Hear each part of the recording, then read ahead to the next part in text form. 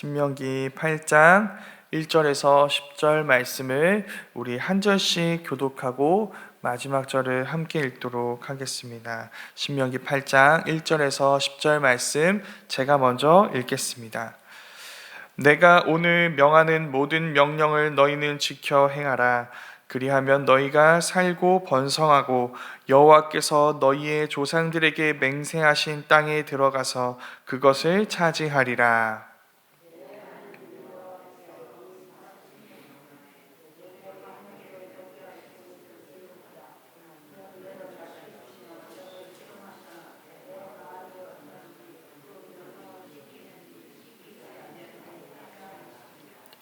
너를 낮추시며 너를 줄이게 하시며 또 너도 알지 못하며 내 조상들도 알지 못하던 만나를 내게 먹이신 것은 사람이 떡으로만 사는 것이 아니요 여호와의 입에서 나오는 모든 말씀으로 사는 줄을 내가 알게 하려 하심이니라.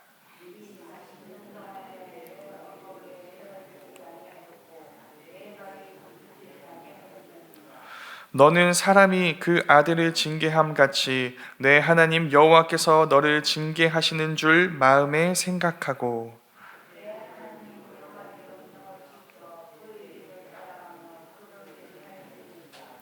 내 하나님 여호와께서 너를 아름다운 땅에 이르게 하시나니 그곳은 골짜기든지 산지든지 시내와 분천과 샘이 흐르고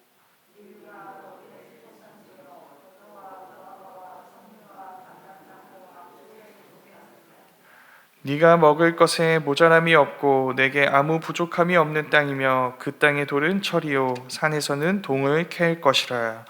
내가 먹어서 배부르고 내 하나님 여호와께서 옥토를 내게 주셨으므로 말미암아 그를 찬송하리라. 아멘. 지금까지 계속 신명기를 읽어오신 분들은 눈치채셨겠지만 신명기에는 굉장히 반복되는 말이 많이 있습니다. 반복되는 말은 주로 명령입니다. 너희는 이 말씀에 순종하라, 이 명령을 지켜 행하라는 말이 거듭거듭 나옵니다. 그러나 조금 다른 것이 있습니다. 바로 이 반복해서 강조되는 명령 뒤에 제시되는 이 명령에 순종해야 되는 순종의 이유들입니다. 이 순종의 이유들이 굉장히 다양하고 풍성하게 제시됩니다. 오늘 말씀에 나오는 순종해야 하는 이유는 40년 동안 이스라엘이 지나온 광야의 시간입니다. 성도님들도 잘 아시겠지만 광야는 죽음의 장소입니다. 광야는 물, 양식, 생명, 어떤 생존을 위해 필요한 조건이 아무것도 없는 곳입니다. 낮에는 마치 지옥처럼 뜨거운 열기로 가득하지만 밤에는 모든 온기를 앗아가는 한기가 뒤덮이는 곳, 그렇게 온종일 모든 살아있는 것들을 삼키고 소멸시키기에 부족함 없는 장소가 바로 광야입니다. 그래서 우리에게 이러한 광야는 심판의 장소입니다. 하나님이 하신 약속, 곧 약속의 땅 가나안을 주시겠다고 하신 하나님의 말씀을 불신한 죄 때문에 이스라엘이 심판을 받아 40년 동안이나 생활해야 했던 곳으로만 우리는 광야를 생각합니다. 그러나 오늘 말씀에서 모세는 새로운 이야기를 들려줍니다. 오늘 말씀에서 광야는 형벌의 장소가 아니라 징계의 장소, 깨달음의 장소입니다. 사람이 마치 자기 아들을 징계하는 것처럼 하나님이 내 아들이라 부르신 이스라엘을 가르치고 깨닫게 하시기 위해 이 광야를 지나게 하신 것입니다. 이것이 심판인 것만 같았던 시간 속에 담긴 하나님의 은혜입니다. 하나님은 이 광야의 시간을 통해 이스라엘에게 매우 특별한 것을 가르치셨습니다. 오직 광야에서만 그 가르침을 배울 수 있었습니다. 그것은 바로 생명이신 하나님입니다. 이스라엘은 생명을 유지하기 위해 할 수 있는 것은 아무것도 없는 광야를 지나면서 내가 아무것도 아니라는 것을 깨닫게 됩니다. 내가 가진 힘과 능력, 지혜와 경력, 연륜 등 그 어떤 것으로도 나를 구원할 수 없다는 사실을 깨닫게 되는 것이죠. 이것이 바로 하나님이 그들에게 행하신 낮추심입니다. 그 낮추신 자리에서 하나님은 그들의 마음이 어떨지를, 하나님의 계명을 그들이 지키는지 지키지 않는지를 시험하셨습니다. 그러나 이건 사실 하나님 편에서만 시험인 것은 아닙니다. 이스라엘 백성들 편에서도 하나님에 대한 시험입니다. 하나님은 정말 신뢰할 만한 분이신가? 정말 하나님의 명령을 따를 때 우리는 이 광야라는 죽음의 장소에서도 생존할 수 있는가? 이렇게 두 가지 시험이 이루어지는 것이죠. 이 두 가지 시험은 이런 식으로 이루어지게 됩니다. 하나님은 이스라엘 백성들이 광야의 실상을 온몸으로 느끼게 하십니다. 덥고 목이 마르고 아무리 주변을 둘러봐도 이러한 상황을 나아지게 할 만한 것들이 아무것도 보이지 않는 그 상태로 이스라엘은 배가 고파집니다. 배가 고프게 되는 것이죠. 그런데 이러한 상황에서의 배고픔은 그저 배고픈 굶주림이라고 할 수 없습니다. 굶어 죽어 간다고 하는 것이 정확한 해석이죠. 이곳은 광야이기 때문입니다. 그런데 바로 그때 하나님은 그들에게 하늘에서 그들에게 양식을 내려주십니다. 그들의 위대한 조상들 아브라함, 이삭, 야곱도 알지 못했던 그 하늘의 양식이 그들에게 주어지는 것이죠. 그 양식의 이름이 무엇일까요? 만나입니다. 하나님은 말 그대로 사막 한가운데서 하나님이 직접 주시는 양식으로 그들을 먹이신 것입니다. 바로 이것입니다. 광야는 삶에 대한 모든 가능성이 제거되었을 때 비로소 진짜 우리를 살게 하는 것이 무엇인지를 깨닫게 해주는 장소입니다. 심지어 광야에서도 이스라엘 백성들은 살 수 있었습니다. 그 이유가 무엇일까요? 이 만나 때문입니다. 그러나 사실 더 정확하게 말한다면 이 만나를 주신 하나님이 그 광야에 함께 계시기 때문에 이스라엘 백성들은 살 수 있습니다. 이 경험을 통해 이스라엘 백성들은 알게 됩니다. 진짜 우리의 생명은 정말 하나님께 달려 있습니다. 그 하나님이 함께 계시면 광야도 우리를 삼킬 수 없습니다. 그래서 내게 가장 중요한 것은 바로 그 하나님을 신뢰하는 것임을 그들은 배우게 된 것입니다. 하나님은 만나를 먹는 규칙을 통해서도 이 믿음을 이스라엘 백성들이 배우고 갖게 하셨습니다. 만나를 먹을 때는 규칙이 있습니다. 하나님은 정말 어마어마한 양의 만나를 주시지만 이스라엘은 그 만나를 절대로 미리 다 축적해서는 안 됩니다. 딱 하루 먹을 만큼만 거두어야 합니다. 거둘 수 있는 만큼 그냥 있는 대로 다 거두는 게 아니라 오늘 먹을 수 있는 만큼만 저장해야 하는 것이죠. 왜 이런 규칙을 세우셨을까요? 그들이 이 양식을 믿는 것이 아니라 하나님을 믿게 하기 위해서입니다. 몇 날 며칠 먹을 양식을 쌓으면 그 양식이 있으니까 앞으로 괜찮아 살아갈 수 있어 라고 믿게 되겠죠. 그러나 오늘 하루만의 양식, 오늘 하루 먹을 만큼만의 양식을 거두기 위해서는 하나님에 대한 신뢰가 필요합니다. 오늘 우리를 먹이신 하나님이 내일도 우리를 먹이실 거라는 사실을 믿어야만 일용할 양식, 오늘 필요한 양식만 거둘 수 있는 것이죠. 그 일을 이스라엘 백성들은 40년 내내 경험했습니다. 매일매일이 날마다 우리를 돌보시는 하나님을 새롭게 경험하고 그 하나님을 신뢰하는 법을 배우는 시간인 것이죠. 바로 그 신뢰가 이스라엘 백성들의 생존을 가능하게 했습니다. 실제로 광야에서 굶어 죽은 사람은 아무도 없었습니다. 목이 말라서 옷이 다 낡아서 추위와 더위로부터 몸을 보호하지 못해서 죽은 사람은 아무도 없었습니다. 하나님이 그들을 돌보셔서 40년 동안 그들이 입었던 옷은 헤어지지 않았고 날마다 걷는 그들의 발은 부르트지 않았습니다. 그런데 죽는 사람들이 있었습니다. 무엇 때문에 죽게 되었을까요? 하나님을 믿지 못한 사람들, 그래서 하나님께 불순종한 사람들만 죽었습니다.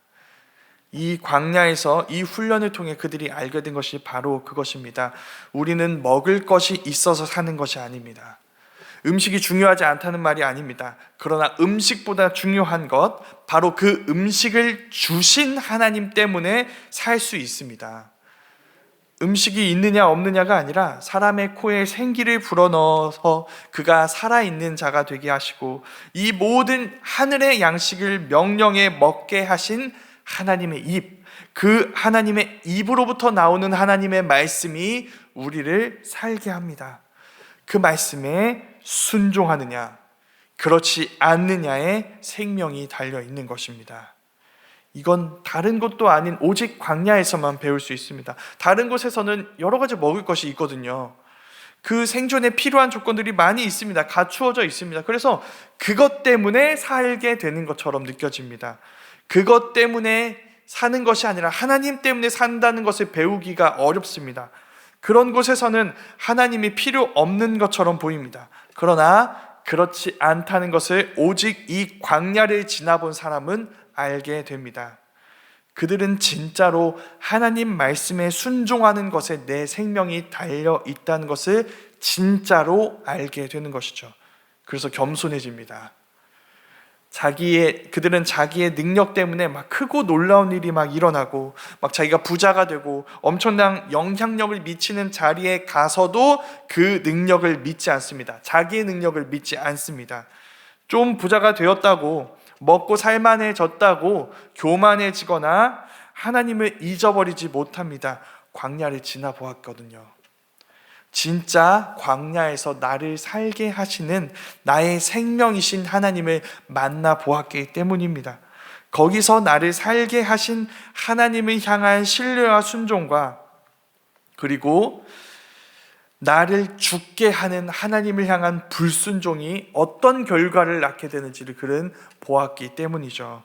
그래서 하나님은 풍성한 먹을거리와 여러 자원으로 가득 찬 그 가나안을 지나기 전에, 가나안에 도착하기 전에 이 광야를 지나게 하신 것입니다. 이 광야를 지나본 사람만이 가나안에 있는 것을 누리며 그 모든 것을 하나님의 선물이라고, 내 능력이 얻은 것이 아니라 하나님의 선물이라고 시인하며 찬양할 수 있습니다. 이게 진짜 선물입니다. 가나안에서 누리는 풍요 때문에 하나님을 잊어버리지 않는 것, 도리어 그 풍요보다 그 풍요를 주신 하나님의 사랑 때문에 즐거워하며 그 하나님을 경외하고 하나님만 예배할 수 있게 되는 것이 진짜 이 광야로 우리를 인도하신 하나님이 우리에게 주기 원하시는 하나님의 선물인 것입니다. 그리고 그것이 바로 예수님이 자기의 모습을 통해 우리에게 행하시는 일입니다. 이스라엘이 광야에서 40년을 지냈던 것처럼 예수님도 40일 동안 광야에 계셨습니다. 그러나 차이가 있습니다. 이스라엘은 그 40년 동안 날마다 하나님이 주시는 만나를 먹어보았지만 예수님은 단 하루도 음식을 먹지 않으셨습니다.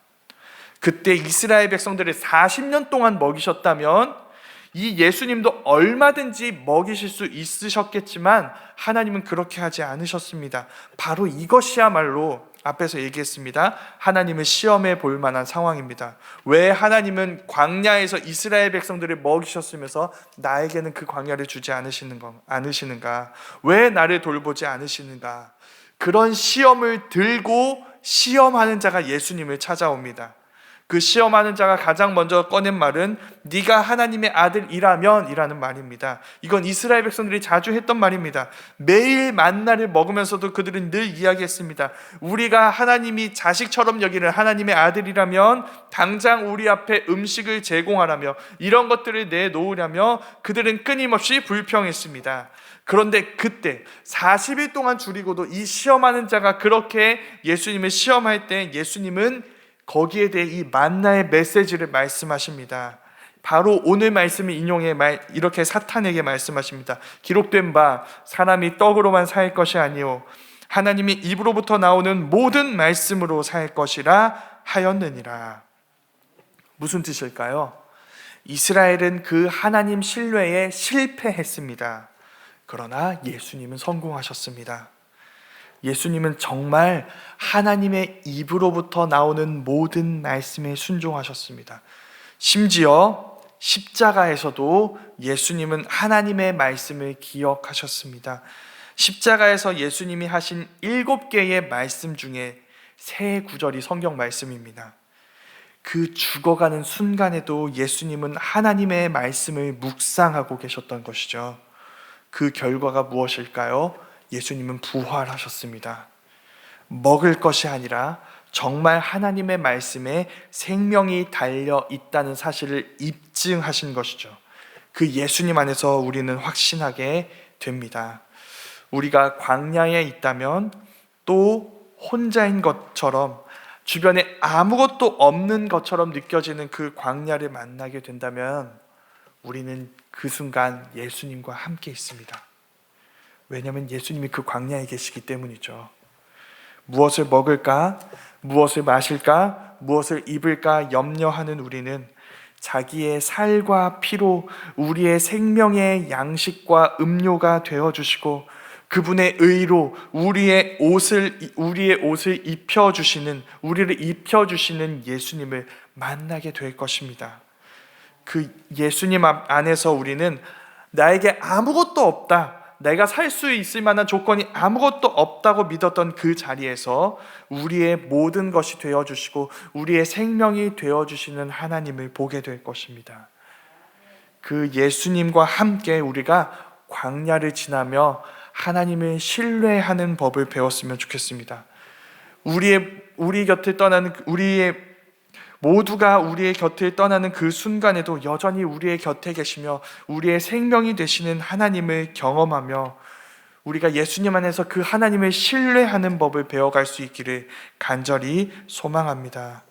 그래서 떡이 아니라 떡을 주시는 그 하나님을 신뢰하고 그 예수님이 보여주신 대로 하나님의 말씀이 우리를 살게 하고 그 말씀에 순종하는 것으로 우리의 양식을 삼으며 어떠한 순간에도 오늘 우리가 사는 이 하루에도 그분의 말씀을 따라 오늘도 살아갈 수 있는 우리 모두가 될 수 있기를 간절히 소망합니다.